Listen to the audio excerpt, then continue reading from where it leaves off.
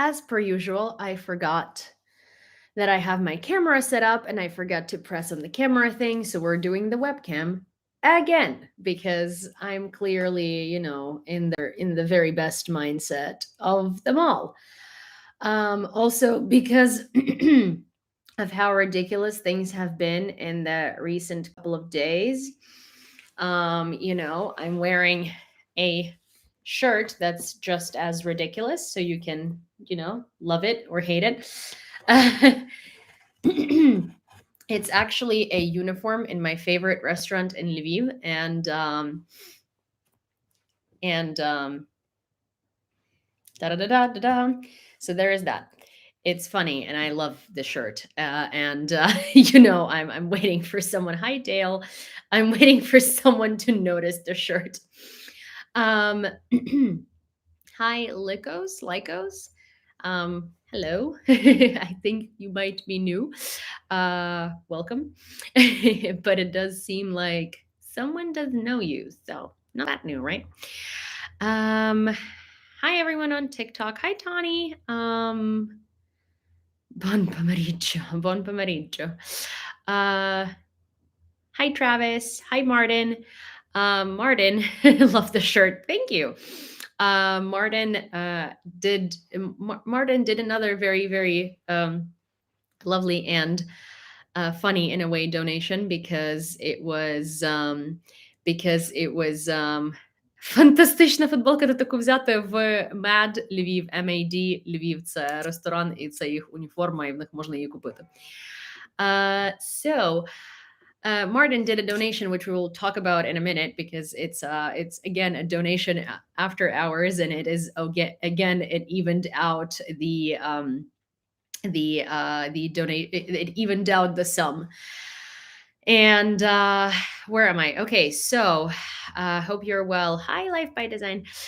Oh my gosh, hi Naomi. I'm good. I'm okay. I'm better. I mean, it's been a super stressful week, and it finally looks like it might be getting okay.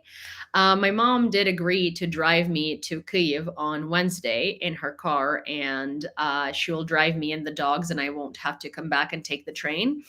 And that would not have happened had my apartment not been an utter mess in terms of a construction zone. so so yeah, for those of you who missed the stream yesterday, I came back from Kyiv incredibly tired. I walked into my hi Mr. Spock, and welcome Rick's community. I do love Rick's community. You guys are awesome. And so is Rick. But so yeah, so basically what ended up happening is I walked into my apartment in Lviv, which I'm moving out of, into an apartment in Kyiv.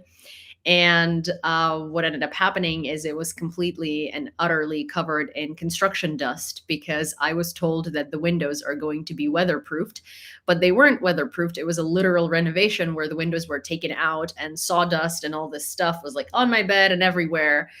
And it still is. And this is going to be happening until Friday. And I was like, hi, landlord. She's very sweet. So we like had a conversation, and I was like, listen, I'm moving, and this is like not, this is not reasonable. So we figured it out. My mom was like, I was gonna ask my grandma to borrow my grandpa's car and have him take her car, because she is sick and she doesn't like leave her apartment at the moment.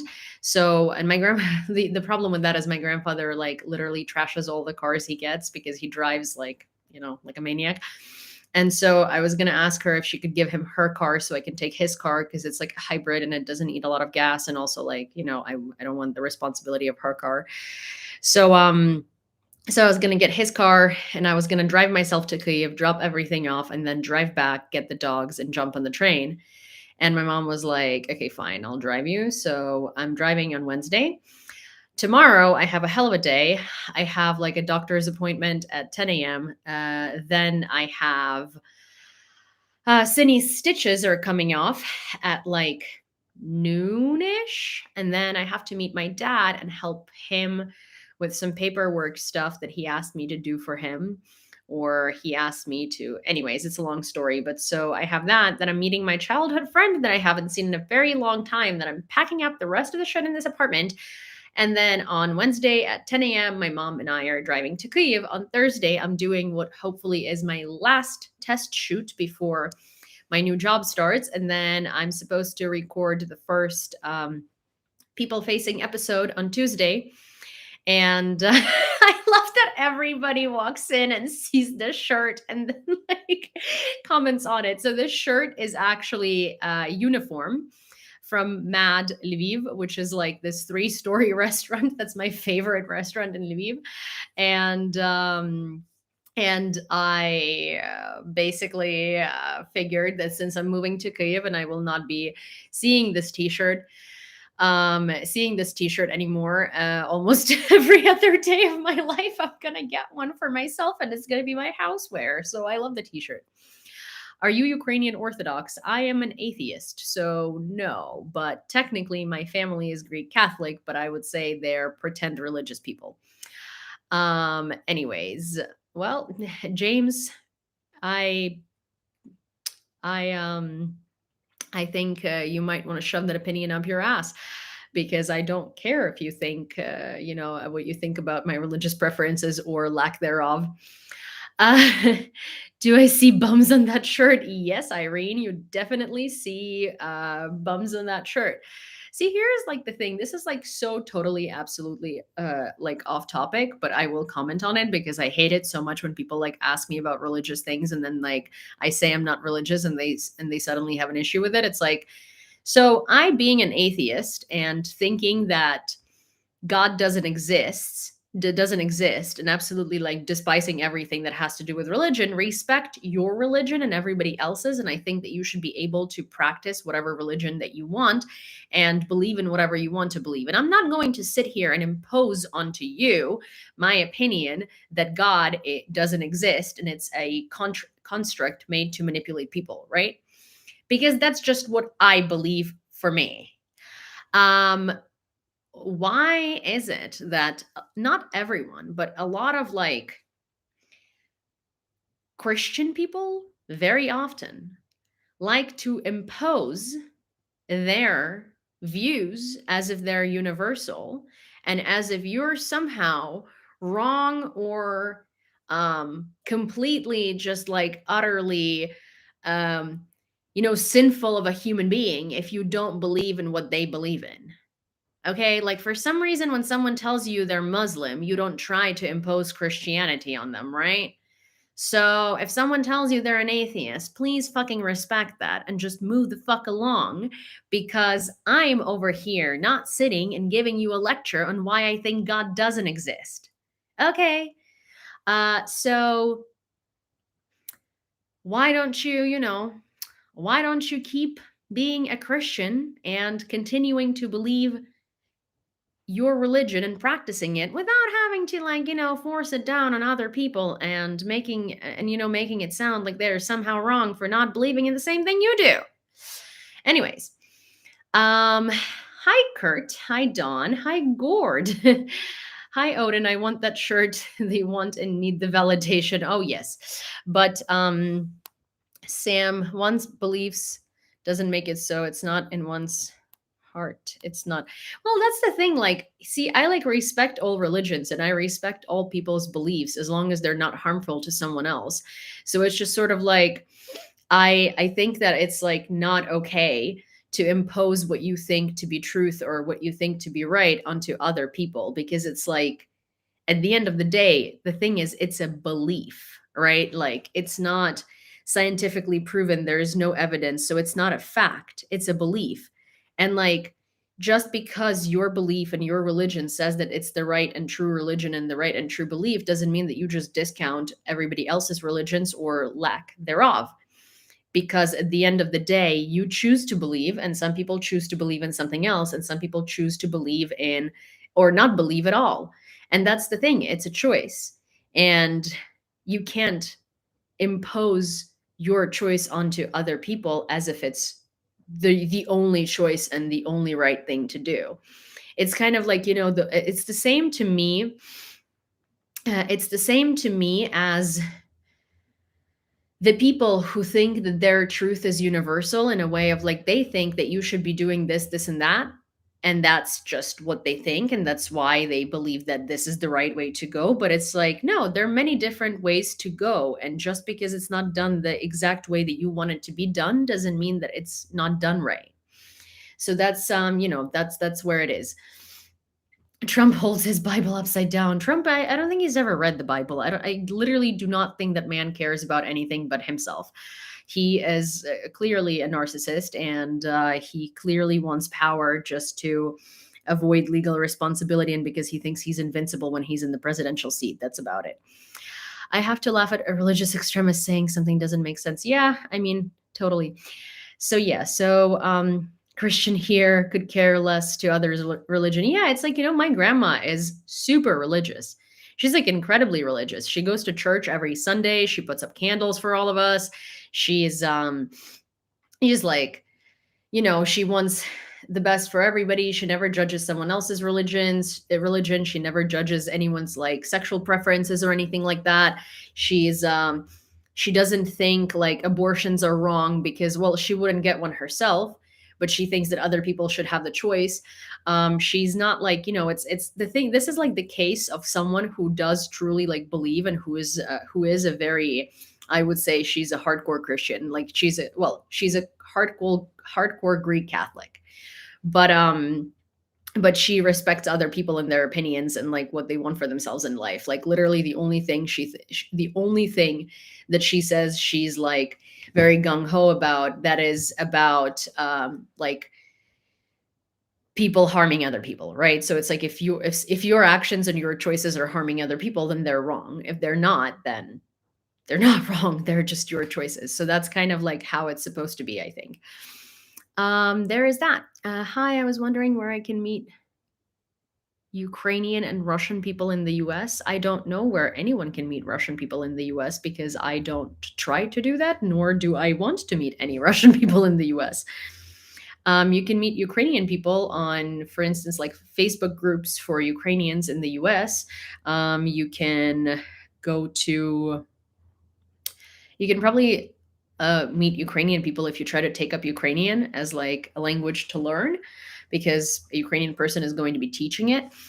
Yes, Chicago is a very big, is a large, is a city with a large concentration of Ukrainians. Ukrainian restaurants are going to be a place where you can meet Ukrainians. Um, Russians, I'm not, I don't know. Can't advise you anything. I would actually advise you not to meet Russian people, but Houston has a lot of Ukrainians now. Oh, that's cool. You love my grandmother. Sacramento. Well, no, that's actually very highly Russian populated. Oh, Walter, thank you so much. That's very sweet of you. Thank you so much. And hi, hello. Good to see you. Oh my gosh. Jerry. Oh, you were in Chicago. That's awesome.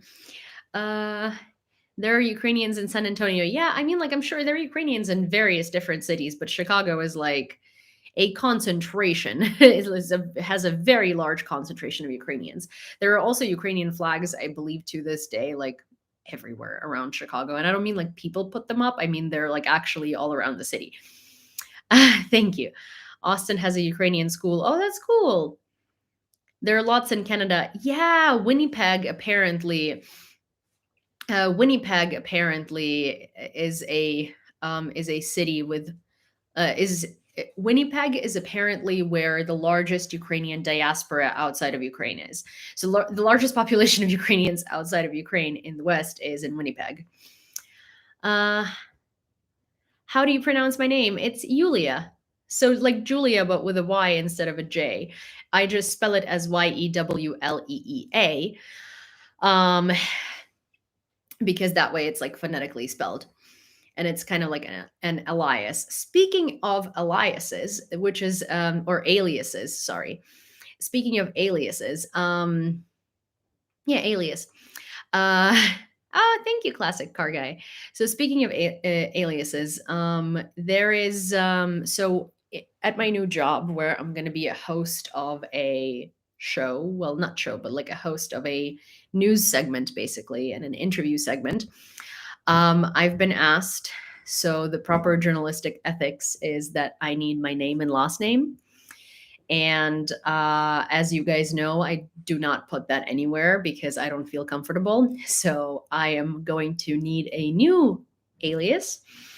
And I decided to pick my grandma's last name, so her maiden name, to do that because obviously I was told I can choose any last name, but there has to be a last name.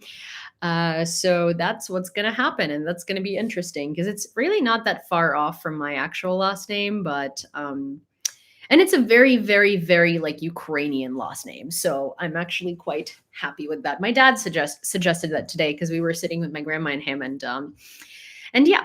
And also I took, thank you.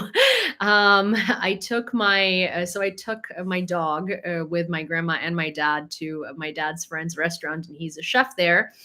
And so he gave her some beef, some like raw beef. And so for an hour that we were there, Cindy literally didn't move and just sat and stared straight towards the kitchen because she was just like waiting for Vova to come out and give her more beef. And I thought it was so funny. She was so well behaved. Every time she'd spot him like in the distance, she'd be like, she'd perk up so fast. And it was so cute. So we are now at $8,200 for the drones fundraiser for Third Separate Assault Brigade. For those of you who are unaware, we are fundraising for 6 drones for Third Separate Assault Brigade, and we are over 3 drones in funds right now. So it's $8,200 even. The reason why it is very even is because Martin, last night, donated an exact amount to make it even. So thank you, Martin. And if you would like to donate to the fundraiser, oh, hi, Canada. Are you from Nova Scotia? Because it says Scotia person. So if you would like to donate to the fundraiser, you can do so on TikTok through my link in bio. You go to the beacons.ai and there is a fundraiser there right immediately. You click on the link and there is a PayPal, a Venmo, a Revolut, and a Monobank link. There is also a copy paste for all of these things. And if you would like to donate on YouTube, then the link is somewhere right here pinned. The reason why I can't actually point to it because my camera is not mirrored, and that's a glitch that happened recently, and I don't know how to turn it off. And it pisses me off so much because I'm seeing myself like from a completely different perspective, and it drives me nuts. And also, like, I hate that when I'm moving on this screen on TikTok, I can actually see myself mirrored, and then on this screen, it's like it going in a different direction, and it's just like screwing with my perception. I'll just even it out at the end. Thank you. But yes, so we're at $8,200. If we could get it to 8,300 tonight, or 8,400, or like 8,500, but that's like, that's a lot. That's a lot to shoot for. That's shooting for the stars. But I will remind you that every donation is a big donation, no matter how much of a donation it is. And 80 cents matter, and $1 matters, and $2 matter, and $3 matter, because all of that adds up. And $10 matter, and 20, and 50, and 100, and 1,000, and however much, because all of those are very good donations. So yeah. Will work in Lviv TV studio or capital city. I'm moving to Kyiv, and it's an English speaking Ukrainian newspaper. Well, not newspaper, media. It's English speaking Ukrainian media, and it is in Kyiv. So yeah. Oh, thank you. Thank you to your son. Oh, radio. Hi. It's so good to see you. Hello. Thank you for the rose, and so good to see you. So yeah, so at least time to be annoying. Oh my gosh. Okay, well, there is a $1.01 donation with the caption "time to be annoying." So we are now at $8,201.01. For all of those of you with OCD. So yeah, basically, at least like the good thing here is that my mom is going to drive me to Kyiv, so I won't be, I won't have to like go back and forth between cities again and having to like, drive myself or live in the apartment right now without windows and stuff. So, it's getting somewhere. Can we create a live emoji? Yes. Once I move to Kyiv and I'm settled and I am like, in one place, I will create new emojis and for both YouTube and for TikTok. And I'm going to start recording videos more often. I have a whole list of things that I want to talk about. It's just that like, you know, the thing about like creating videos for me is just that like the way that I talk about things, I'm either feeling like it or I'm not feeling like it. And I don't want to just record videos on a certain subject to put them out there. I want to like know how to talk about these things. And I want to like, I want to put information out there that I'm actually saying that like kind of matters and that I know what I'm talking about, not just record it to record it because it has to like be in the info space. So I don't want to do that until I get it's not that I don't want to do that. It's just that like I'm in no mental like space to do this because every single time there is like a new annoying thing that happens. Like for instance, the freaking me coming back yesterday to this apartment where I barely have anything left to begin with. So it's like, I don't have any of my like face washes or like normal soap or anything like that. I have one towel. I it like there's just a lot, right? But also like coming back into sawdust like everywhere was not fun. And also commuting to Kyiv every week and having my sleep schedule screwed. And today I couldn't be home because the construction crew was here from like 10 to 7, so I couldn't be indoors from 10 to 7 and I had to like find a place to go work at and like I had to record a bunch of things, so it's like I can't really work from a cafe most of the time because I need silence because I record a lot of stuff. And so it's been a whole thing. So yeah, I have a feeling I have to send you a care package. No, you don't have to, Veronica, but that's very, very, very sweet of you. So yeah, basically it's just been a lot of stress and I've been sort of living in between like planes and countries and trains and random apartments and my mom's and all of this stuff for the past 4 months, and it's just nice to like finally look forward to like settling in one place.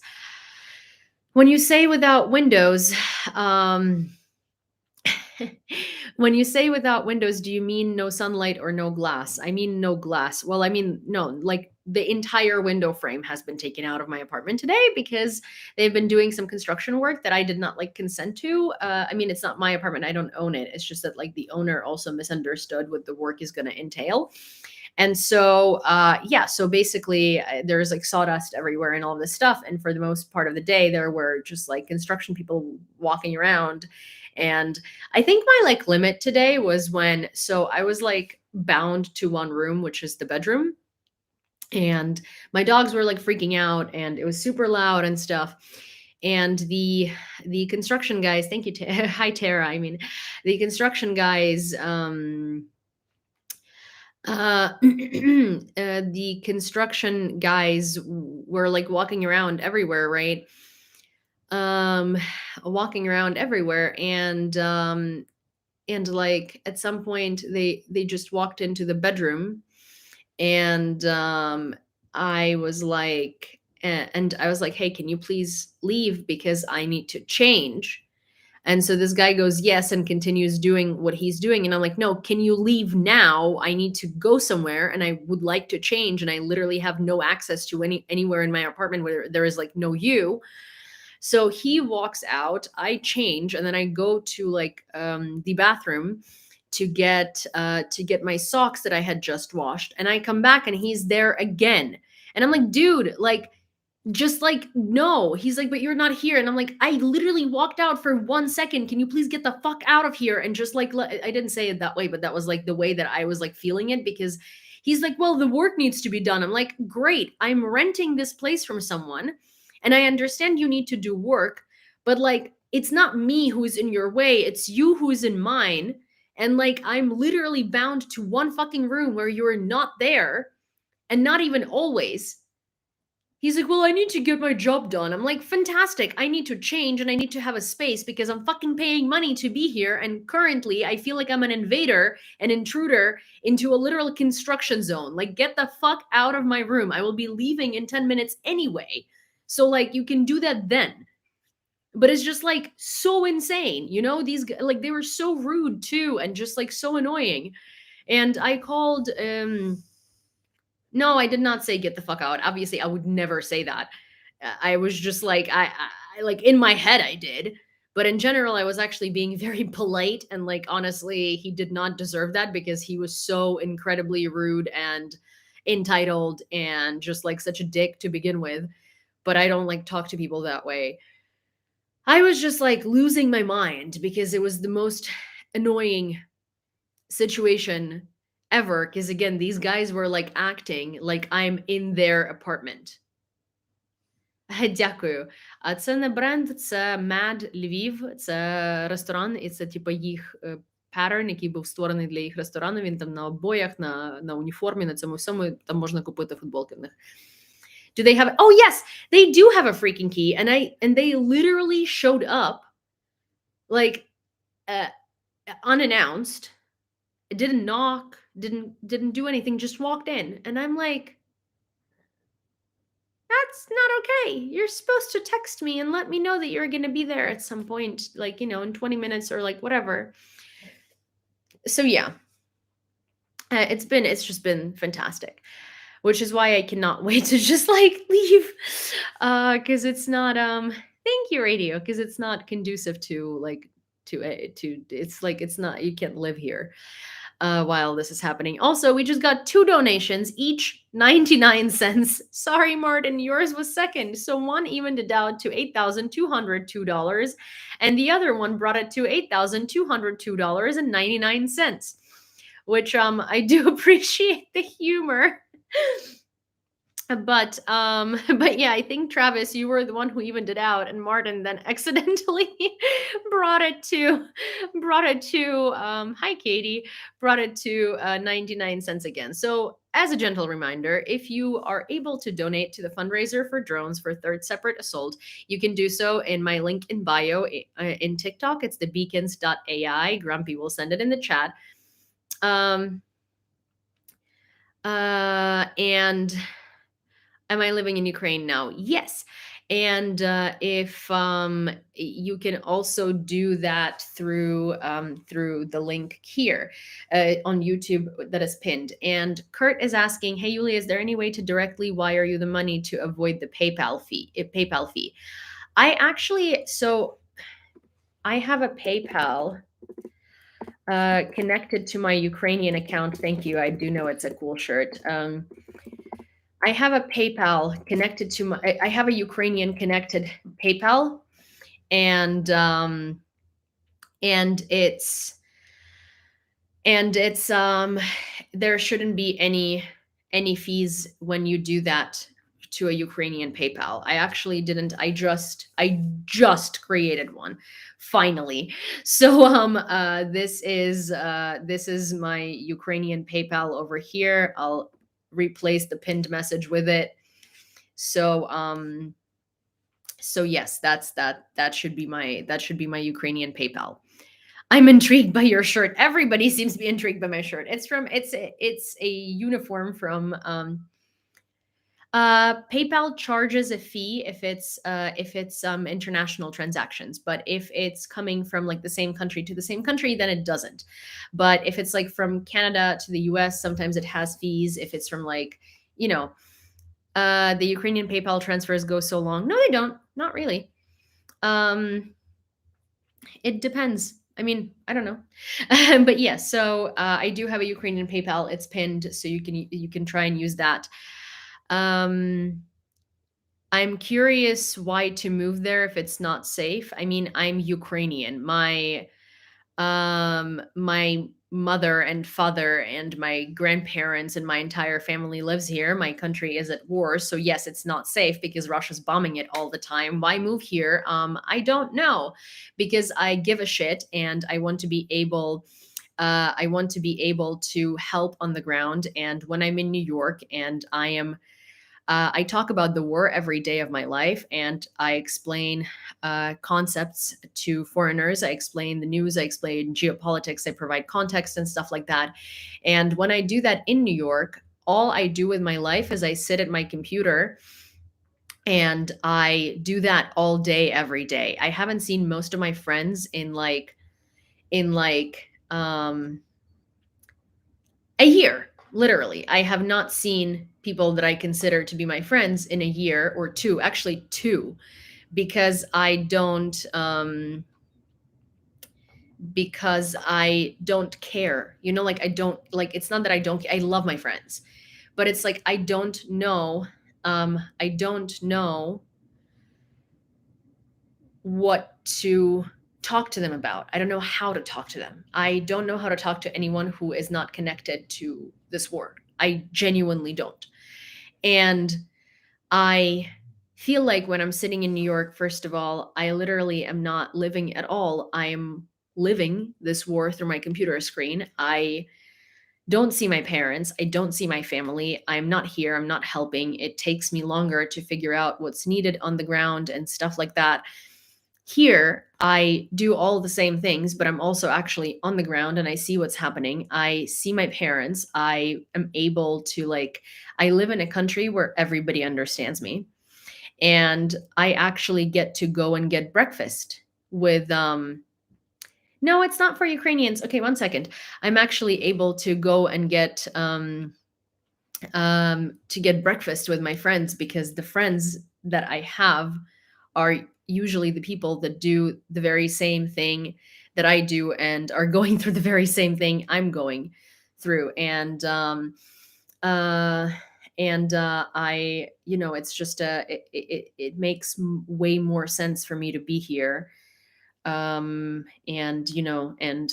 be here on the ground. Wait, hi Leslie. Thank you guys for the compliments on the shirt. Wait, I don't know why. It should be.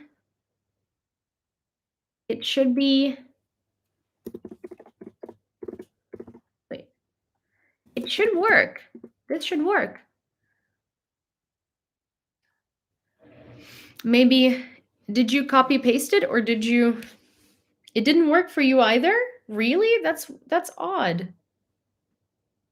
That's so weird. Huh. Nice shirt, question marks. Question mark. Thank you. Hi Cat. Copy pasted. Oh, that's so odd, because I sent myself a transfer to see if it worked, and it worked. Oh, new link works? Oh. Did I?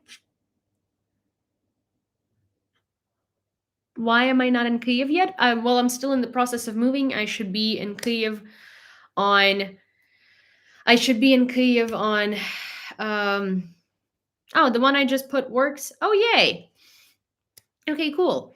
So, yay. So, the reason I'm not in Kyiv yet is because I'll be moving to Kyiv on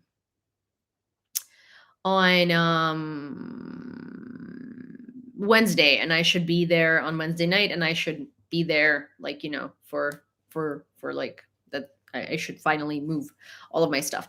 I've got another address for you with PayPal. Yeah, so this is a new PayPal I recently created, which is tied to my Ukrainian bank. So it's a Ukrainian PayPal. So it doesn't have the international transaction fees. Are you excited about moving? I'm not excited. I'm not excited about the process of moving, because it's been a ridiculous process, and it's been really there's just been a lot, but I'm really excited to be moved. Joined late. What about? Oh, hi Jay. Is your mom in a better mood today? Yeah, she was actually being very sweet today, which is very interesting. Are you really doing this joining military? What do you mean joining military? I am still going to take the combat medic course. But so what what I am, um, what someone in the military had told me, which they actually have a reasonable thing. They had a really reasonable thing to say. So women with certain professions, are going to start, um,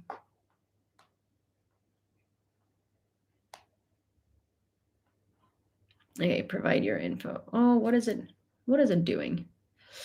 Um, 1 second. Did it work? I think so. One second. I'm so sorry. 1 second. Um, I'm just there's so thank you, thank you, DW. So, what they did tell me is that what they did tell me is basically, women with certain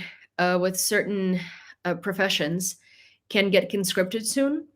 And so if I am a trained combat medic, then and I have the certificate for it, then I might be able to be I don't know, in a month or 2 or 3, the law might change and I might get like actually forcefully conscripted, because that's a thing. And so what I wanted to do is, because I've never done anything medical related, is I wanted to get my combat medic training, and I wanted to volunteer at a hospital first, like somewhere in Dnipro or something like that. And thank you, Kurt. And and I wanted to do that. So I, but I don't want to dive into something I'm not ready for, like right immediately, because it's not, first of all, it's not good for anyone. It's not good for the people that I would be treating, and it's not good for me. And it's just like it's a very wrong thing to do. And so what I'm actually probably going to end up doing, and can you be conscripted as an American citizen? I'm not a citizen though. I'm a Ukrainian citizen, but no, you cannot be conscripted as an American citizen in Ukraine. That's not a thing. Um, Oh, thank you, Rod. That's very, very sweet. Thank you so much for doing that. And so, what I'm probably going to do is I'm going to still take the combat medic course, but I'm going to ask them not to issue me the certificate of completion until I'm actually ready to go do this. Because if they do provide this new law or something like that, then it's just, well, first of all, I will have to come back to the US once in a while, because I'm going to lose my green card if I don't. So forceful conscription means that you have like no autonomy over doing, overdoing, you know, like you have no autonomy. So that was a point that someone had brought up, and I want to be able to do this on like a good term and not be thrown into something that like I'm not ready for. Because again, like the reason why we have so many amputations on battlefield is because uh a lot of people are being thrown into a situation they're not prepared for, and they're overusing tourniquets and stuff. So it's just not reasonable, you know. So 1 second, you guys.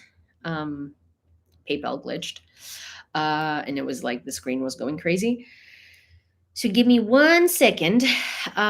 So we have $60.16.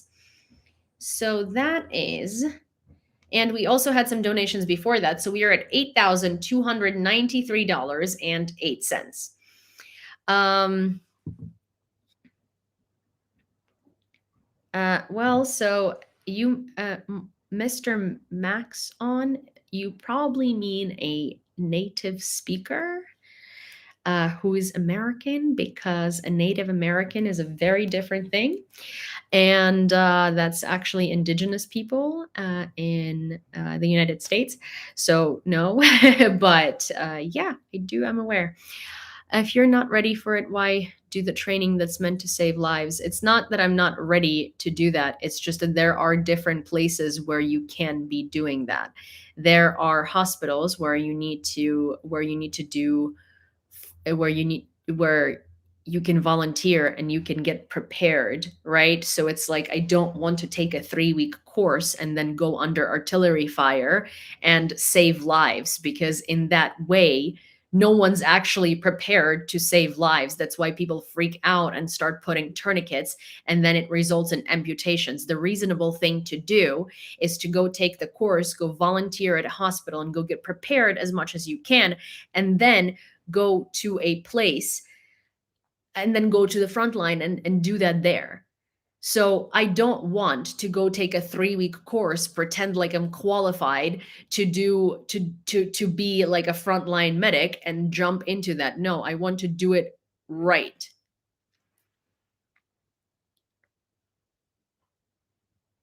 If you don't have the certification, why would they let you volunteer at a hospital? Because I can take I can also take a deep first, like a more in-depth first aid course, and that will qualify because it's not battlefield medicine. Does that make sense?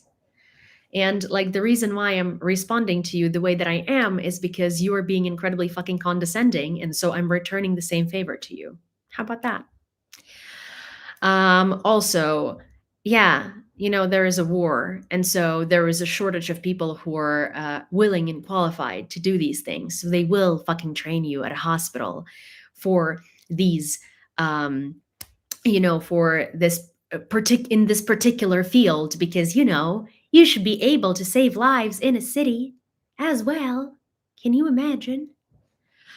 There was also a donation of, I think, like $1 and $1 and like 1 cent, or maybe I'm wrong. I'm sorry, I missed it because I was busy. I was busy yelling at a troll. And also, Taz, someone had taken your handle and has come to TikTok with a very fake, recently created profile to say a bunch of really bad shit. So,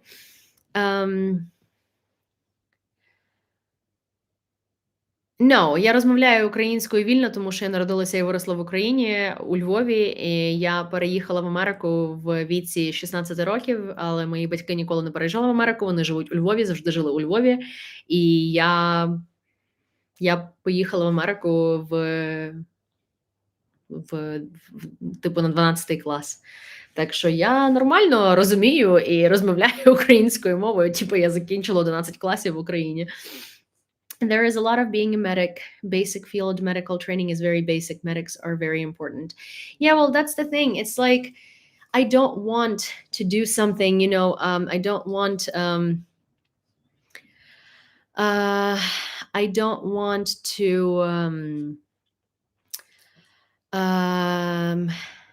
I don't want to, do it the wrong way. Grumpy, don't be mean. He didn't get it. He thought that I didn't understand Ukrainian. Like, I know that you're protective, but like, genuinely, sometimes you are very mean to people, and I don't like it. Like, I don't want to be mean to people, especially Ukrainian people, for no reason. Also, wait. Oh, Angel, thank you. He just got another donation of $30, and that brings us to $8,323.08.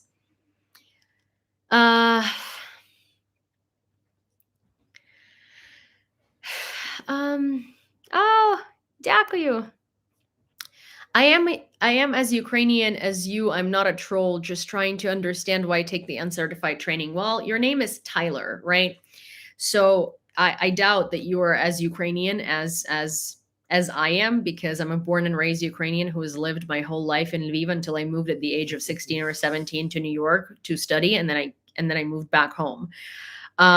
So I doubt that you grew up in Ukraine with Ukrainian parents and went to a Ukrainian school and actually finished all 11 grades of Ukrainian school. So I do highly doubt that. The reason why it's not uncertified training, you are saying this, you're purposefully misconstruing what I'm saying. I am saying that I would take a training course, and then I wouldn't have the certification given to me until the day that I feel like I'm ready to literally go to the front, which means that I'm going to take a combat medic course. Then I'm also going to volunteer at a hospital and see how things are done. And I'm also going to take a basic aid course, after which I can freaking volunteer at a hospital. What is uncertified here? I am literally taking a course after which you would get the certification. It's just my friends run the course, so I would ask them to hold off on signing the certification because I don't want to be forcefully conscripted into the circumstance I'm not ready for. I want to learn as much as I freaking can so I can actually help people instead of being on instead of being thrown into a situation where I'm going to be an obstacle and I'm not going to be useful and I'm actually going to play to the detriment, because I don't want to end up being the type of combat medic who overuses tourniquets and costs people limbs for no fucking reason. Is that a good enough explanation? Can you now tone down your condescending voice or tone, or can you now tone down the condescension and actually, if you don't want my answers to be the way that they are, maybe, just maybe, you should change the tone of how you're asking them. If you don't want to be spoken down to, don't speak down to people, because you get what you get what you put out there, right? Anyways, and I literally do not take any crap from people anymore, Ukrainian or not Ukrainian. So, haha. $8,328.08 is what we're at. Also, let me turn off. It's not a microwave. That's my washing machine, and it's going to continue doing that until I turn it off. Then I'm going to come back and read Armen's quote of the day because it's fantastic. And thank you for resending it, Armen. I'm really, really, really, really grateful, because I would have scrolled up and then we're going to get to the news. So I'll see you in 1 second.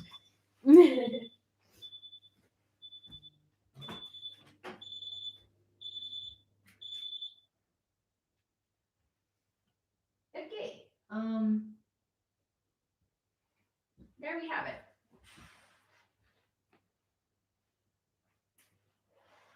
Yes, Sid.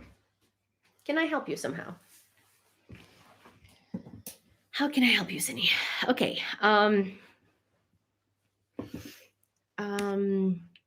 Okay. So, Armen is a fantastic person on YouTube who sends quotes of the day every time that he watches a live. And he knows a lot of quotes, and his literal social media handle on other platforms other than YouTube is Armen the Quote Guy, because in fact, Armen knows a lot of quotes. And I am always very surprised and inspired by how many quotes Armen knows.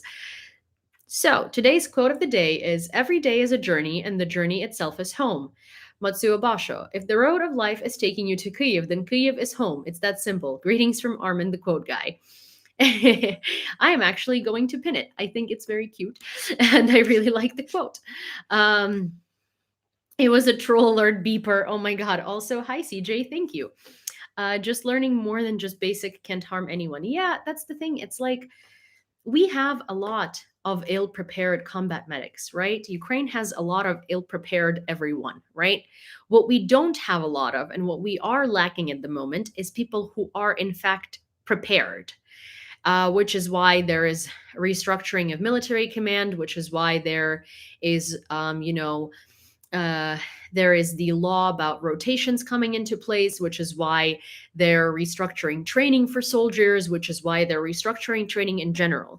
So there is no point in joining the fight, in joining the war, and in aiding in the war in a situation in which I would be more detrimental than helpful. I'm much more helpful right now doing what I'm doing every day or every other day, and raising money for drones and helping people and raising awareness than I would be being a shitty combat medic that costs people limbs. And if at any point I take that course and I feel like I am not the type of person, or I can't get myself to a point in which I feel like I'm useful, not detrimental, I'm not going to do it. I'm going to do more, and I'm going to do my best, and I'm going to amp up what I'm doing to actually help the people that would be better than I am doing these things. If I'm going to take this and I'm going to do all this training, and I'm going to realize that I'm still going to freak out if I see a person bleeding out in the field, and I know that I'm just not going to be like useful in helping them, then what I'm going to do is I'm going to start helping raise funds and do everything I can for people in training for combat medics. So there could be people who are well trained who can be so much better than I am, because there is a place for everybody in every situation, and there is a thing that everybody can do best. I think that I can potentially be well trained enough to actually be useful, right? But if I don't feel like I can, then I'm going to do everything possible to produce as many people that could be even more useful as I can, because that's actually something that's more helpful than going out there and being in the fucking way, right? So there is that. Та вам дякую, за що мені дякувати. Um, Okay. Oh, hi, Paul. Hi, everybody. So, yes. So, $8,328.08 is what we are at for the fundraiser today. Sorry. Can we get it to 8,400 tonight by any chance? Maybe, potentially. That would be what, $71.92. Look at me learning math. Okay, I am to hit the bell. Oh no. Well, hello. Thank you for hitting the bell. Thank you for showing up.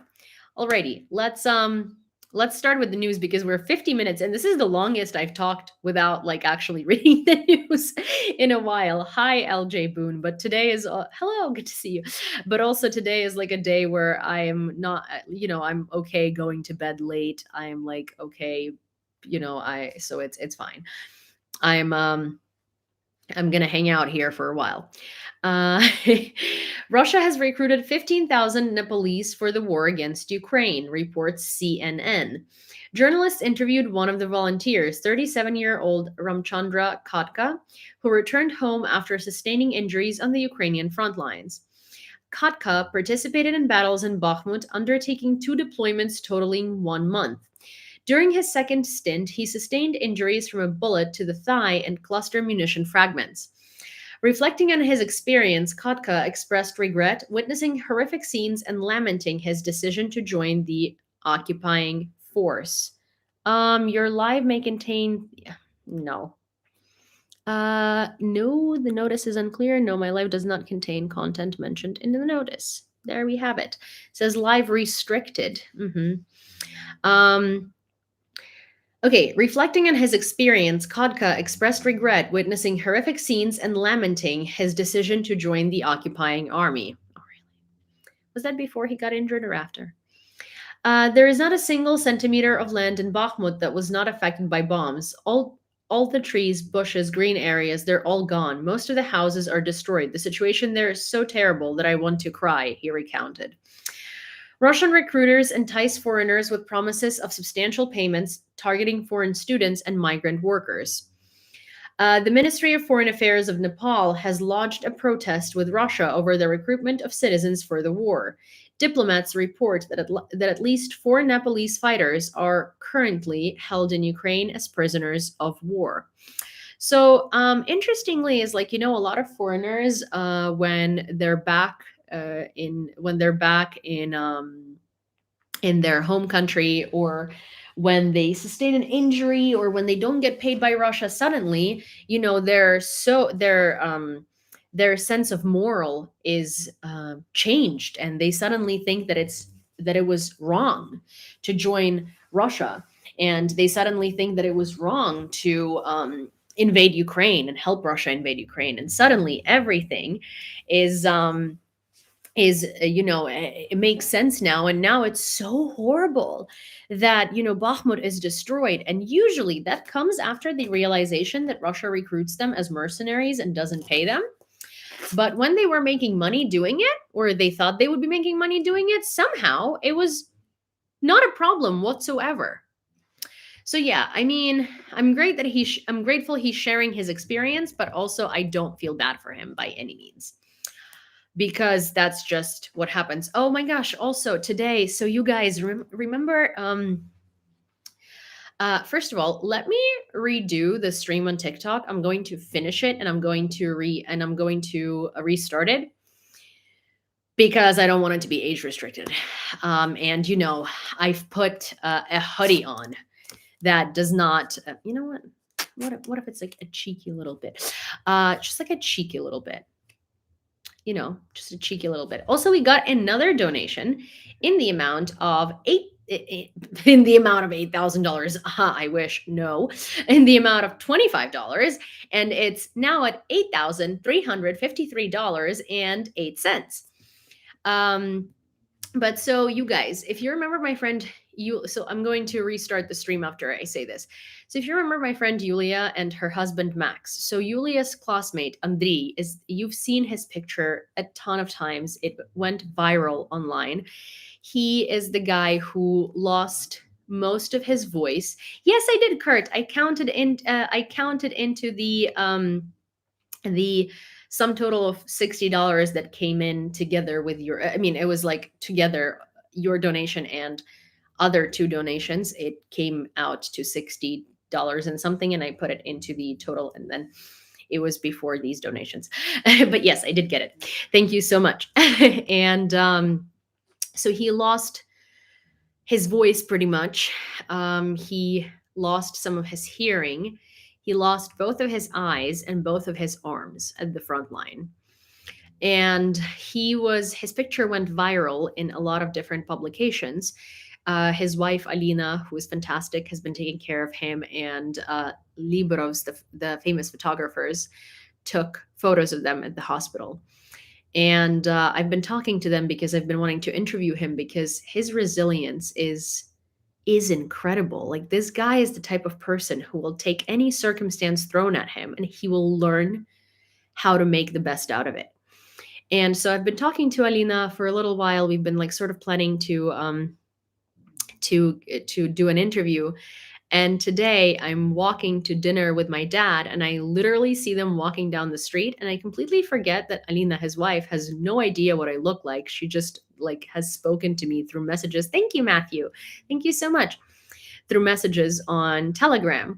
And so I call out her name, and she turns around and she looks so confused. And I'm like, oh my gosh, sorry, I'm Yulia's friend.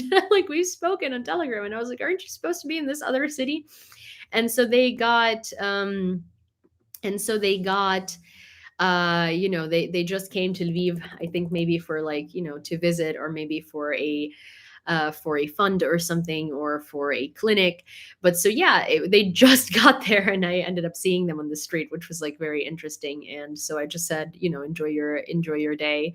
And I was like, hey, sorry for turning you around. I just saw familiar faces and I reacted. And Leslie says, I got a charity to reach out to him to help get prosthetics. Oh, really? So, I mean, they have been working. So the thing is, like, the issue with prosthetics for him is that most of the bionic prosthetics that require eyesight for them to actually work, and most of the eyesight prosthetics require hearing for them to work, and a particular kind of sort of like, and a particular condition of the nerves, of the eye nerves. And so there are lots of complications with getting him prosthetics and stuff. So they've been working on it for a while, and they do have a lot of support, and the people are all so kind to them about it. It's just that they're facing quite a few challenges in actually being able to get the prosthetics. Big hospital in Lviv, Superhumans, Vynnyky Rehabilitation Center, or Unbroken. Those are the foundations, and they're very, very, very good. Okay. So you guys, let me reboot the stream on TikTok, because we now have only a cheeky little bit of butts. And also, if you don't mind, I will step out to turn on. I'll step out for like a minute and a half. I will turn on the what is it called? Oh my gosh, the ringing function. Yeah, ring, right? Like, what's the function where when your laundry is done, but there's still quite a bit of water in your machine. And so you want it to do an extra cycle of an extra spin cycle. There you have it. An extra spin cycle. Thank you very much. See, I'm getting Ukrainianized and I'm forgetting English. Thank you. An extra spin cycle. But also, to be fair, I would not know that because I did not have a washer in my apartment in New York really ever. So, all right, let me reboot the TikTok, and I will, while that's happening, I will go and get the stupid washing machine in place. Okay, so I will see you in a second. Okay, you guys, I will see you in a minute. And you guys, I'm. What the fuck? Why do I always have freaking like Russians on recommended to me on TikTok, and like it's always like Russians on live. Girl, Jesus Christ. Okay, I'll be back in a second. Just give me a minute. You know what? I'm gonna show you Cine. And no, I did wash my clothes in New York. I just washed them in laundromats. Here, Cine, be nice, be good, be a good doggo, Cine. Be entertaining. Take care of people. Be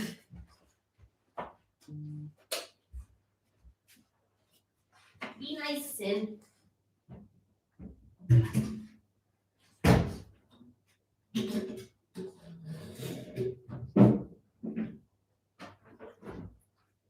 Cindy, are you being a good dog? Are you being a good host?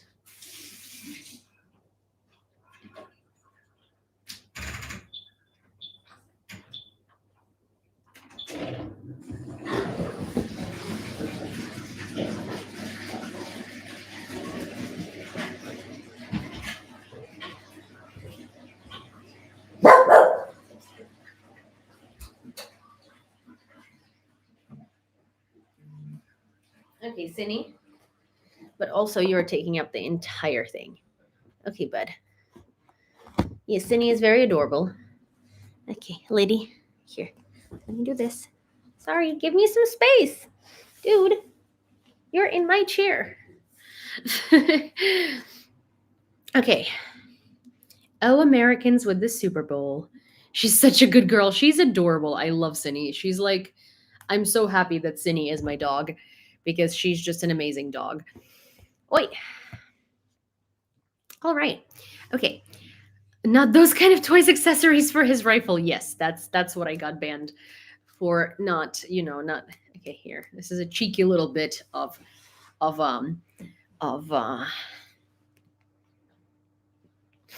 a cheeky little bit of t-shirt. Much calmer than Liv. Oh, well, Liv right now is like pretty calm as well. Okay, so hi Rye. Let me check if anything came in because I thought it might have, and I don't want to miss it. So, well, what am I supposed to do? What is it asking me for? Just a moment. Hi.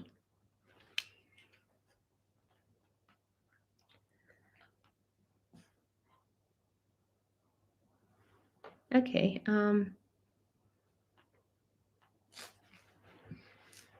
All right. Okay. Director Mstislav Chernov, known for the film 20 Days in Mariupol, was honored as the laureate of the Directors Guild of America Award for Outstanding Achievements in Documentary Cinema in 2023. During his acceptance speech, Chernov referenced the shelling of his hometown of Kharkiv by Russian forces. And here is, I will have you listen to his speech. 7 people got killed, 3 who are children. So it is a sad day. At the same time, I recognize the power of cinema by standing here and looking at you. Because when those children, when those people run from the bombs that are falling on them, they sit in basements, and to cope with their fear, they watch films. Sema not just leaves the stories and history for next generations, and for that I thank you too. It also helps us all to cope with sometimes unbearable worlds, unfair worlds, and gives us hope to stop everything bad that has happened and to just to go towards a better future. Thank you.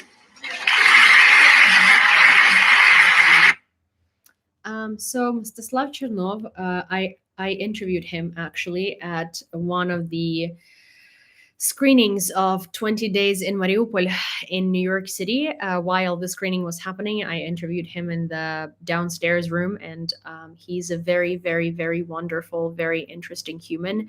And it was by far one of the most interesting and inspiring interviews that I've done, because he, a lot of people that create the type of work that he does think very highly of themselves, and they feel like this sense of a mission or an accomplishment. And he very clearly said that he feels a sense of responsibility, and he's not on a mission, because once you feel like you're on a mission, it's about you, not about what you do.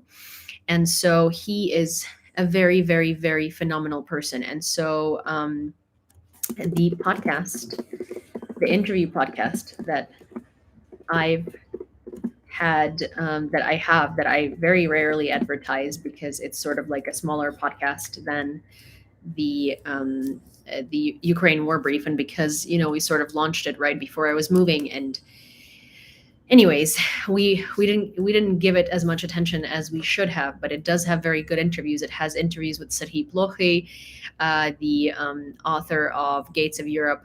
It has an interview with Mstislav Chernov. It has this fantastic discussion about tankies with my friend Charles, who's a very, very interesting person who knows a lot about it. He has a history degree. So the podcast is called The Press Lounge, and it's on Apple, Spotify, and Google, and everywhere else. And I highly recommend you listen to the interview with Mstislav Chernov, the creator of 20 Days in Mariupol, because it is genuinely a very, very, very interesting interview. And he's such an interesting,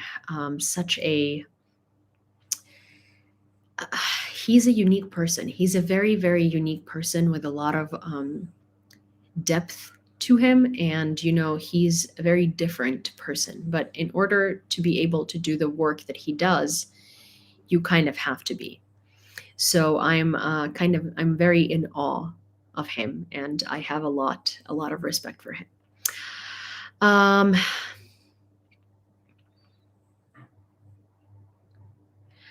Powerful documentary. The leaked footage galvanized my support for Ukraine in March 2022. Never looked back. Yes, I think that his footage really did change the course of the war, like his and the photographs from Yevheny Malaletka, hi Finnan, and his team. I think that they have done a very, very, very, very important job. And, for you to, just so you understand, they're journalists who stayed in a city under siege, fully surrounded, realizing that more likely than not, they're going to die. And they did that to, hi Giddy.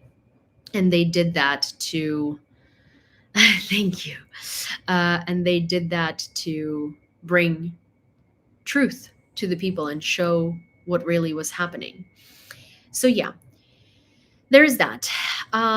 Thank you, Giddy. Also, I did get your, so I didn't see the donation during the live, but there was a $65 donation, I believe, from you yesterday. And I did see it after the live, and I did count it into the total today. Taz, we can sleep after the victory. Am I going to have lack of sleep in the morning again? I don't know. I'm still digesting 20 days. It was heavy. It was very, very heavy. And Slava Ukraine. Yeah. So here's what the creator. I'm keeping up with Ukraine. That's awesome. Thank you so much. My chat keeps freezing. Oh no, I'm so sorry. I wish it wasn't. I don't know how to fix it. So this is what the crater after a Russian missile strike looks like. one of the craters.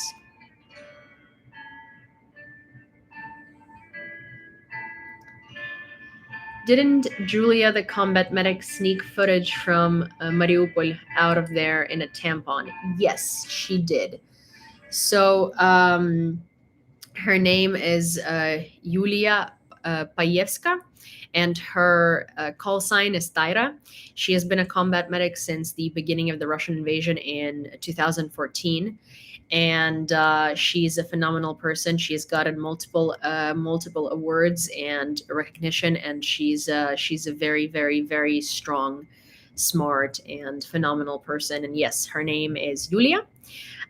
So that is the same name as mine, and Yulia Payevska. I believe it's Payevska, and her call sign is Taira. And oh my god, that's at least 4 meters deep. Yep, it is. It is a very, very deep crater. Okay.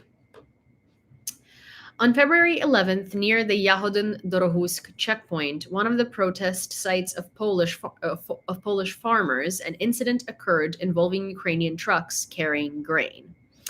3 trucks driven by citizens of Ukraine entered Poland after completing customs procedures. However, protesters prevented them from proceeding further. At one point, the protesters opened the semi-trailers, causing some of the grain to spill onto the road. Subsequently, the drivers returned to Ukraine, stated Yeva Chij, a representative of the Helma police. Chij also mentioned that there was no violent confrontation during these events. So Ukrainians actually reacted very painfully to Polish protesters spilling out Ukrainian grain. First of all, this protest in general of blocking Ukrainian goods from entering Europe has been started by the pro-Russian political parties in Poland. They're far right. They're tied to Russia. This was do you remember when the border was blocked? That was started by pro-Russian politicians and very far right parties. And of course, there are ties to Russia here. Well, this particularly was very painful and disrespectful to Ukrainians, the spilling out of Ukrainian grain, because first of all, this grain comes to us in a very, very, very difficult manner. Yes, Ukraine is the breadbasket of Europe, and yes, Poland is like, oh my gosh, you're oversaturating the market with all of this grain. But for us, these farmers who procure this grain work with blood, sweat, and tears. They get blown up on mines because, grain fields, hi Chad, because grain fields are mined. Everything is mined, and a lot of farmers actually suffer deeply. Also, a lot of Ukrainian wheat fields have been burned to the ground, and so they cannot produce wheat. Farmers are dying for this grain, and also, so this is something that I actually never realized to tell you guys, but this is like a part of Ukrainian identity and culture. In Ukraine, you can't throw out bread. If it's stale bread, you can't throw it in the trash can. If it's moldy bread, you can't throw it out. You will give it to birds. You will try to figure out how to recycle it. You will not be throwing out bread. It is considered to be like the worst thing you can do. And growing up, I never understood why. But like, for instance, my mom never throws out bread. My grandmother never throws out bread. No one in my family ever throws out bread. It's like not allowed. No one in Ukraine ever fucking does that. There are very few people that do that, and most people don't. And the reason for that is Holodomor. The reason why you can't throw out bread is because of Holodomor, because you are throwing out stale bread because you are spoiled. And there were people who died to get less than that.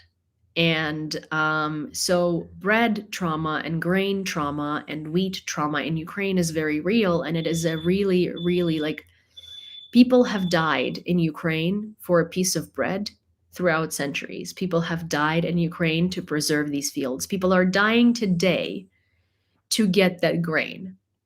And there's so many wheat fields that have been burned down to the ground, mined, and struck by missiles and stuff. And so when Polish farmers come up to Ukrainian trucks and dump the grain in the form of the protest because you are oversaturating the market. It is really a slap in the face to Ukrainians, and it is a really, really offensive, really hurtful thing to do because have you seen the burnt out wheat fields, and do you know what it takes for this grain to end up on that truck? People die to get that grain out. So yeah, maybe you're unhappy that Ukraine is oversaturating your market or like whatever. There are many other ways to show protest than dump out grain that people have fucking died for. So yeah, it's nothing to say against Poland in general or Polish people in general, but for those protesters who did that, a genuine massive fuck you to you. Because they're people risking their lives genuinely. It's not a large quote. It's not like an inflated quote. It's not a shock value quote to get that grain onto that truck. There are people who have lost limbs.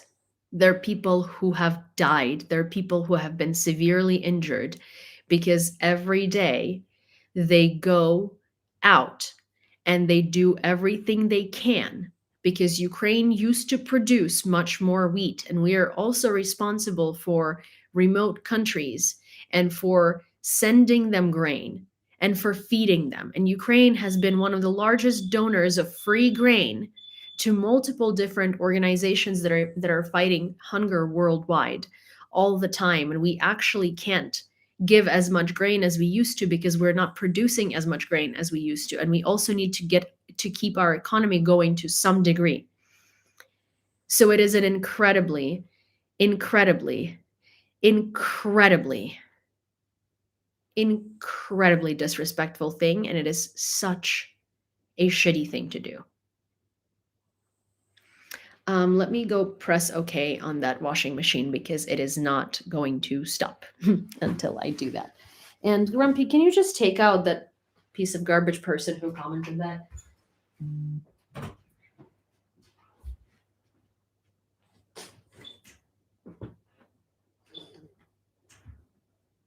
Cool. All right. Might need another spin cycle, but hopefully it won't. How can I help you, Sin? Yeah, thanks. So yeah, it's not a kitty, it's a doggy, but yeah. So a guy, they can America, China, and Russia produces more grain. Ukraine has 30% of world's richest black soil, and Ukraine is the breadbasket of Europe and the world. No, Ukraine produces a lot of grain, and Ukraine is one of the largest donors of grain in international organizations that fight hunger. Not for the past year, because Russia has ruined most of our wheat fields, but you can go shove that ignorance up your ass and, continue going with it wherever it is that you were going. Orban stated that Ukraine should serve as a buffer zone between Russia and the West, offering specific security guarantees, but not being admitted into the EU or NATO. Regardless of preferences, Ukraine's geographical position is fixed. The optimal scenario is for it to function as a buffer zone between Russia and the West, with accompanying security assurances. Failing this, Ukraine risks losing territories, Orban emphasized. He went on to assert that Russia would continue to pose a threat to Ukraine, resisting the notion of having a NATO or EU member on its borders. Orban acknowledged that there was a missed opportunity in 2008 to integrate Ukraine and Georgia into the EU and NATO, which consequently dimmed Ukraine's prospects for future membership in these organizations. He also expressed skepticism about the possibility of the Russian-Ukrainian conflict concluding in 2024, advocating for at least achieving a ceasefire and creating conditions conducive to negotiations. Yes, a Russian shill putting out his hot take is always what we should be listening to. First of all, hi, Martin. Hello. First of all, if Orban really wants a buffer zone between Russia and NATO, then he can just stand on the border and protect it with his body. He's pretty fat. I usually do not make those remarks about people, and I don't like using personal vanity characteristics as offensive quotes. But Orban is literally subhuman, and therefore, his body mass alone, unless he goes on a diet and starts living a healthy lifestyle, is going to be enough of a protection layer to be a buffer zone. So why doesn't he try that? Anyways, as I said, I don't like using it against people. Subhumans don't count. So anyways, he can go do that. In other news, Ukraine is not going to be a buffer zone, and that is a really shitty take, and that's a really crappy thing to say about a neighboring country to you. And also, no, Ukraine and NATO, in fact, is going to repel a Russian invasion and any Russian attempts to do anything because Russia knows that it cannot take on NATO. That is just another manipulation, and that is just another Russian rhetoric that they're putting out there to force Ukraine to the negotiation table and to force the West to the negotiation table over Ukraine. But that is just a Russian rhetoric and a Russian narrative that Russia wants out there, and Orban is repeating it. Nothing new. So yeah. There is that. Also, let me sum up the fundraiser again in case anybody else wants to donate and bring it to $8,400 tonight. So it's at $8,353.08. To all those of you with OCD, I'm sure there's going to be a 20-cent donation sometime down the line if that does not even out. But $8,353.08 means that we are $46.92 away from $8,400 from the drones. If we brought it to $8,500 tonight, that will be wow. But hey, a girl can dream. The main intelligence directorate of the ministry. Oh, and I forgot to say, if you're new here, if you would like to donate to the fundraiser to buy 6 DJI Mavic 3 Pro drones, thank you, DW, for 3rd Separate Assault Brigade. The link to donate is in my link in bio. And if you are on YouTube, then it is going to be pinned in a minute. Sorry, Armen.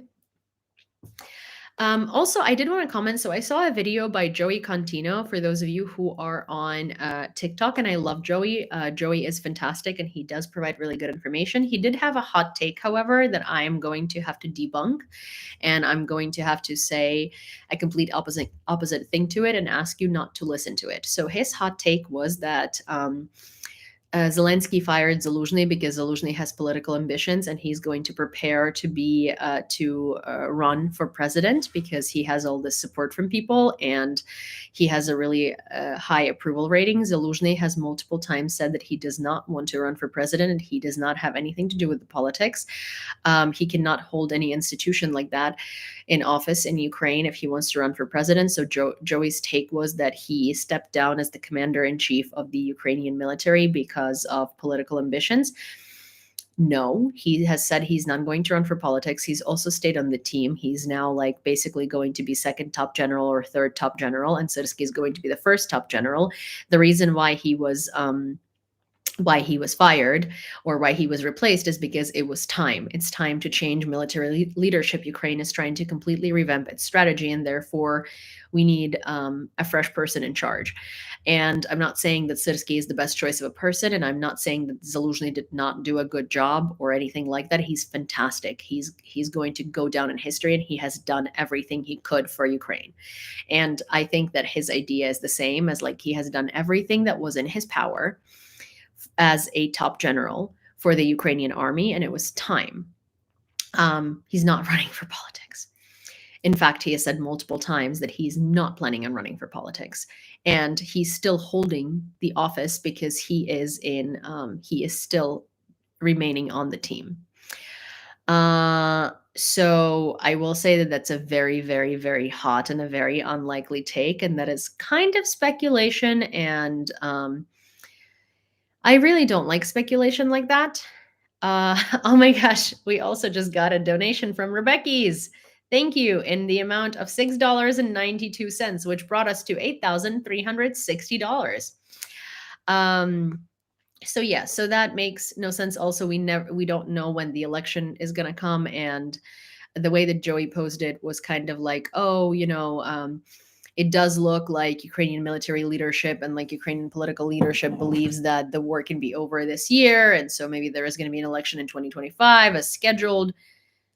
That is a very far-fetched take, and like, please don't listen to those takes. And the reason why I say don't listen to those takes is because it might happen and it might not, but also like, you need to be realistic and you need to look at the situation realistically, and you need to understand that it's looking like it will be a very difficult war. And unless we start receiving the support from the US in the amount in which we need it again, and unless everything plays out the way that it should, it's going to be really, really, really hard to accomplish something like that. And it is a very difficult war. And feeding yourself with sort of these like, oh my gosh, the war is going to be over at the end of 2024 is not reasonable. It's like, expect, hope for the best, expect the worst. And so I really don't like when people are saying things like, oh my gosh, the speculation is that this, and that, because like, it is a slap in the face to Ukrainian defenders who are having a hell of a journey at the front. So please don't don't over dramatize the situation and like joke about Crimea beach parties and stuff like that. Do whatever you can to help us. Oh my gosh. Irina, thank you. We are at $8,460. $40 away from 8,500. And Irina, thank you so much for your $100 donation. And I think your last name is Ukrainian, so that's very, very sweet. Thank you so much. But yeah, so I think it's just not like, it's not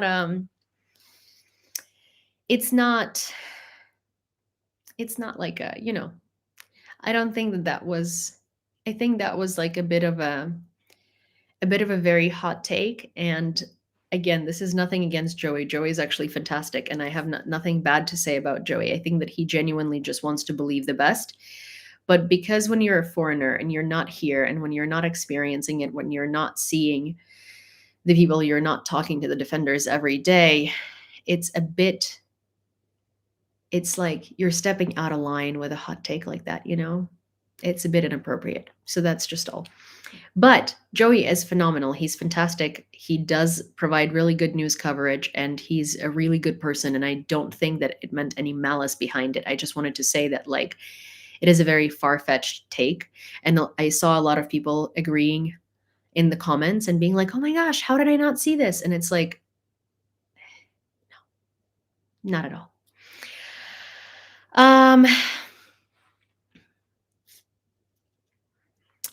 So yeah. Also, wait, Joey has a different view, and that's okay. Well, yeah, but it's also like, it's an unfounded view. You know what I'm saying? Like, it's a rumor. It's a rumor, and it's a very, very, very large speculation. And you know how I feel about speculations like that. It's an inappropriate speculation that carries misinformation in it.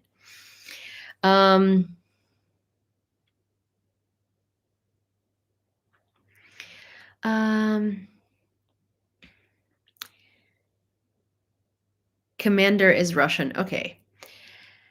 We're going to have to discuss this. So Syrsky, first of all, is a Ukrainian last name. So, there are lots of Ukrainians who have been sent to Russia. Their parents could have been sent to Russia, but that's not even the point. Yes, he was born in Russia. Yes, he went to the Moscow He went to the Moscow military academy. He also then finished 2 other military academies in Ukraine. He has only served in Ukraine. And he has been second in command. He has been second top general in Ukraine this entire time, and nobody had a problem with it. So him and Zaluzhny literally have done everything together. They have immense respect for each other. They're very good friends, and they have been working together since the beginning of this war. So all of these rumors of like, oh my gosh, this is like the end for Ukraine, a Russian's in charge, and like, oh no, he's a horrible person. Like, he is an infantry guy. He's an infantry guy. And of course, no one told you this because like this is not how disinformation and how rumors work. That's what I'm trying to say, is that everybody keeps focusing on like failed defensive here and failed defensive there. He is one of the people who was in charge of planning the defense of Kyiv. He was also in charge of the counteroffensive in Kharkiv. He also had only served in like, he has served in the Ukrainian military. He has finished 2 higher military institutions in Ukraine after he had finished one in Moscow. He has been working for the Ukrainian military since the crack of dawn. He has literally been Zaluzhny's right-hand man since the beginning of the invasion. So saying that someone put Syrsky in charge because they want Ukraine to lose is absolute garbage, because he had literally been right there the entire time, and he has been number 2. So it is like, if it's one of those things where like it's Russian propaganda wants you to think these things, because Russian propaganda wants people to be incredibly mad, and Russian propaganda wants people to stand in Maidan and demand Zaluzhny to come back. Zaluzhny doesn't want to be back as the general. It does seem like he was like he understands, and he thinks that he has done what he could have done, and it's time. It doesn't mean that you're a bad general. It doesn't mean that you are, it doesn't mean that you've done anything wrong. It just means that you have done everything you could do, and you've done everything fantastically. And now it's time to move on and pass the torch to someone else. I don't know if Syrsky is the best choice, because he is an infantryman who specializes in assaults. So, for instance, the criticism he has from the Ukrainian military man is that, in women, is that he is not nearly as careful of human lives as Zaluzhny was, because Zaluzhny is not an infantryman whose specialty is assaults, right? So offensives. So that's one of the things that people are upset about. But the rest of it is literally Russian disinfo that spreads itself into the Ukrainian society to wind people up. And he has been there the whole time. So why was no one so outraged when he has been second in command with Zaluzhny? Like, WTF,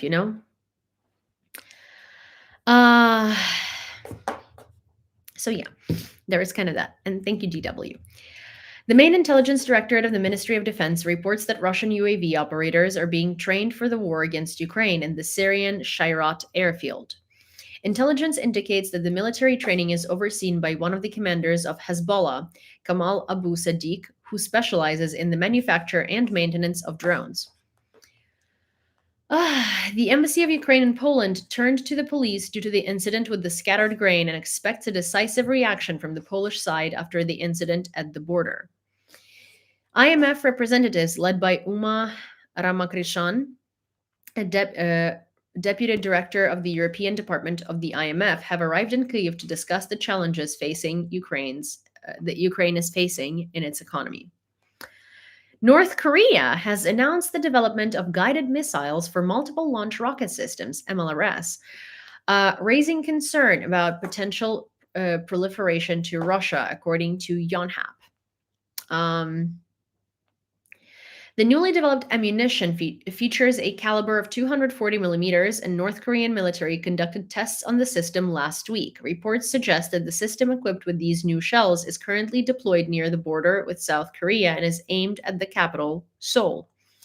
Hongming Union, a senior researcher at the South Korean Institute of of at the South Korean Institute, believes these projectiles likely serve as a dual purpose. Practically, there is a possibility of considering them for export to Russia, while politically, they may be intended to exert pressure on South Korea.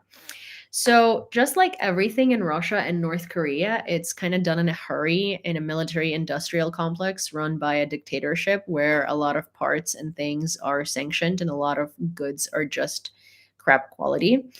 So it's obviously a lot of these things are going to be misfiring and a lot of them are going to be broken. A lot of them are not going to work as intended, but also that is a large problem because quite a few of them will work just as intended.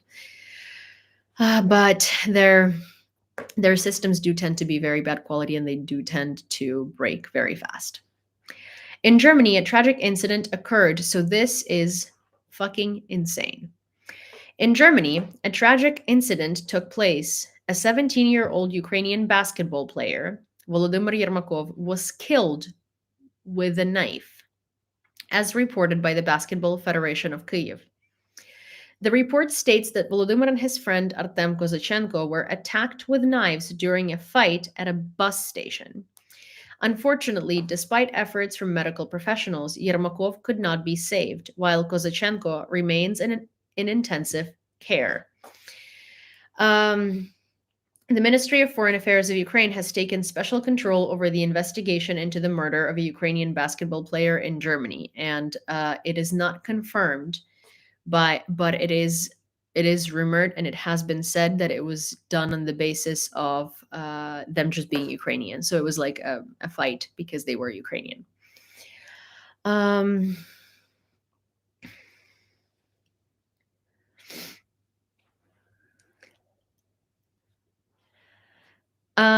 Mongolia's ex-president reacted ironically to Putin's historical excursion during an interview with Tucker Carlson.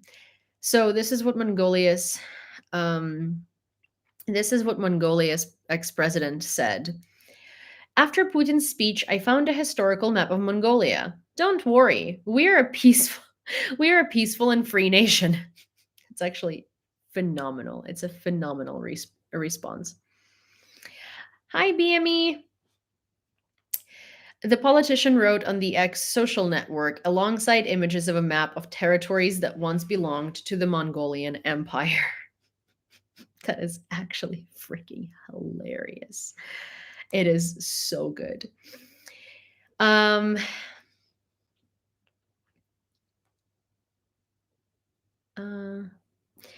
NATO cannot be a military alliance dependent on the mood of the US president, stated the head of the EU diplomacy, Joseph Borrell.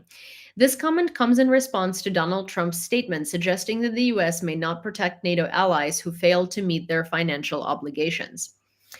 Borrell emphasized NATO cannot operate on a whim, nor it can be subject to the changing moods of the US president. It does not function in such a manner. It cannot adjust its principles based on individual whims. Let us not waste time commenting on any impractical ideas that may arise during the US election campaign. That is a very reasonable and a very strong way to answer. That is an honorable response, I would say.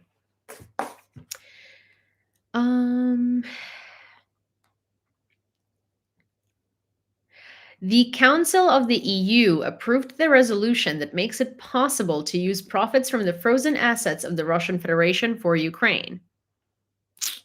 Yay!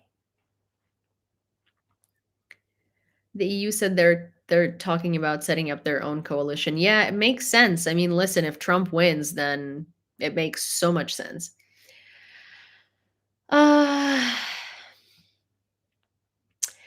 Forbes reports that the Ukrainian electronic warfare system, Pokrova, which has been invented in Ukraine during this war, is capable of replacing navigation and confusing Shahed drones. While Ukraine has previously downed Russian drones using spoofing at short ranges, the new Pokrova system operates at much greater distance.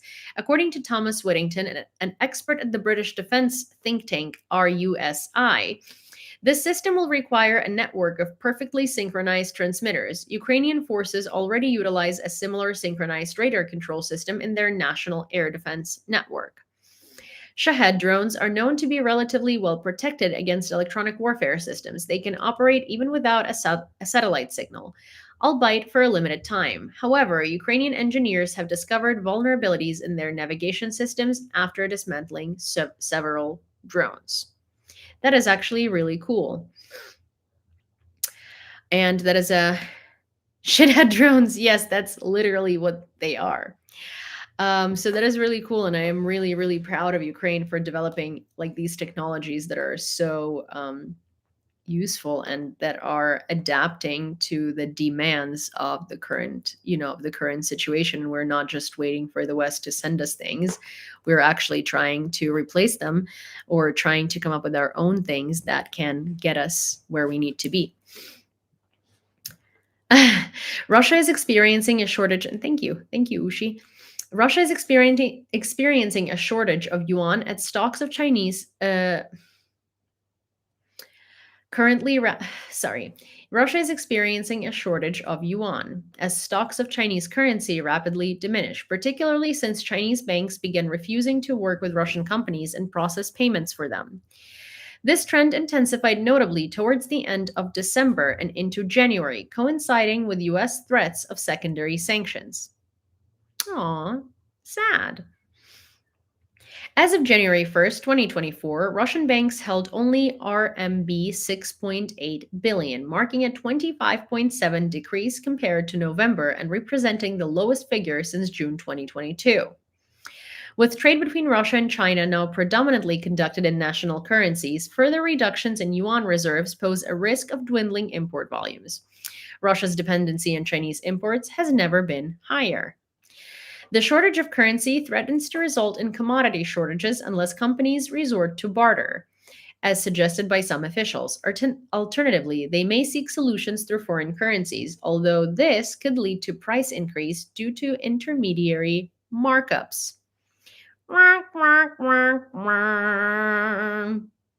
Actually, I don't think this requires a comment.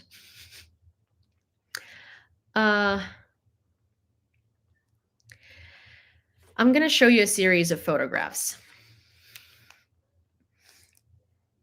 This is Germany in 1933, and this is Hitlerjugend, which is Hitler's youth, doing a swastika formation.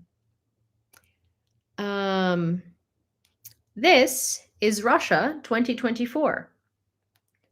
And this is Russia 2024. So, participants in the Hitler Youth Parade at the NSDAP Congress. Photo 2 and 3, Moscow 2024, all Russian race.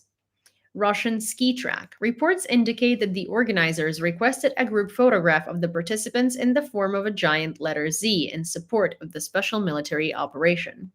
According to reports from Russian sources, everyone was understanding and no one objected, reminiscent of Goebbels' propaganda tactics.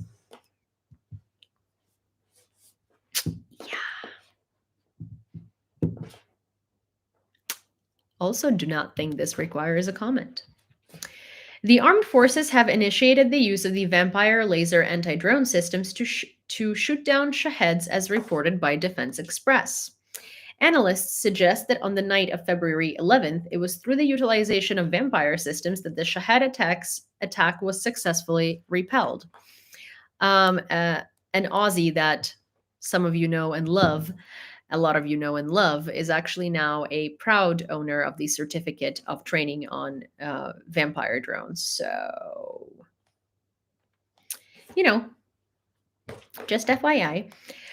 One of the largest technology corporations in the world, the German company Siemens AG, is closing its business in Russia, which it has been doing since 1853. It was then that the first bureau of the company was opened in the Russian Empire. Can you imagine? 1853. That's actually a big deal. The Russians indeed attacked Ukraine with the Zircon missile, reports the BBC. This determination was made by experts from the Kyiv Scientific Research Institute of Forensic Expertise, who examined the missiles used in the Russian attacks on February 7th, 2024. The director, Alexander Ruvin, stated that the markings on parts and debris, along with the identification of components, parts, and features of the weapon type, confirmed the use of a Zircon missile. Hi, James. Specifically, laser markings 3M22 were discovered on the rocket debris. Additionally, elements characteristics of the 3M22 Zircon missile were found among the debris, along with parts and fragments of a jet engine and steering mechanisms with specific markings.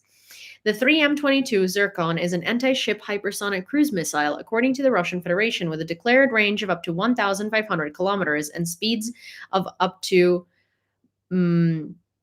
Mach 89. It was adopted by Russia for service in January 2023. The institute is currently analyzing the composition of the metal from the rocket body fragments and thermal insulation materials. So there is that. Well, you guys, thank you so very much for listening to the news tonight. That's all I do have for you for tonight. We are at $8,460 for the drone fundraiser, and we are $40 short of being at $8,500. So maybe someone wants to contribute to that. If not, that's okay as well. But thank you so very much for listening and participating. I do really super appreciate that. And I will see you probably tomorrow, actually. And then on Wednesday, I likely won't. Or maybe if I don't see you tomorrow, I'll see you on Wednesday. We will see. I will let you know. I will make a post about it. Thank you so much for coming over and listening. And Cindy and Liv are saying hello. They're, cute little lovely doggies. And I hope that I survive this move.